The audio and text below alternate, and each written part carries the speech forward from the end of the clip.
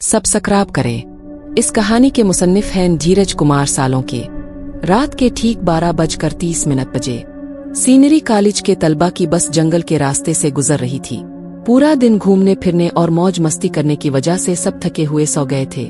सामने की सीट पर वकास सर और सोशल सर खर्राटे ले रहे थे, जबकि ड्राइवर विजय मामा भी ऊँघते हुए बस चला रहे थे। अचानक एक तालिब इल्म जाग गया और कहा, सर मुझे वॉशरूम जाना है। खिड़की से बाहर देखा तो बस अभी भी गहरे जंगल में ही थी। वकास सर ने कहा, बैठ जाओ, जैसे ही जंगल खत्म होगा तो मैं ड्राइवर से राकवा आएगा। वो दोबारा सो गए, लेकिन शाम जागता रहा और खिड़की से बाहर अंधेरे जंगल को घूरता रहा। कुछ देर बाद जंगल खत्म हुआ और बस एक सुनसान जगह पर आकर राक गई। वकास सर ने कहा, किसी को वॉशरूम जाना है तो अभी आतर जाओ, वरना बस अब धारा शेवर ही राकेगी। वो शाम और श्रीकांत नीचे उतरे।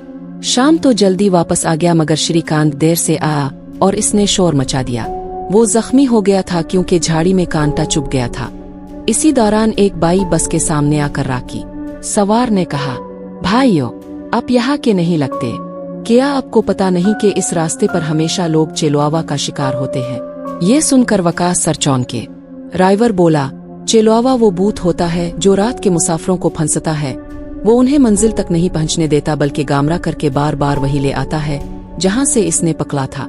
ड्राइवर ने मजीद कहा, मेरी बातों पर यकीन करे या ना करे, लेकिन कई हादसे उन्हीं चेलोआवोहे की वजह से होते हैं। वो थके हुए और कमजोर लोगों को पकड़ते हैं। ये रात के शिकारी हैं। ये सुनकर सब खौफजदा हो गए। श्रीकांत ने कहा, सर ये सब कहानियां हैं, राइटर्स की बनाई हुई बातें। लेकिन वकास सर ने इसे डांटा और कहा, चुप रहो और सो जाओ। सब सो गए, लेकिन शाम अब भी जाग रहा था। अचानक इसने देखा कि रास्ते के किनारे एक बंद चाय की दुकान है। वो चौंक गया क्योंकि यही दुकान इसने पहले भी देखी थी।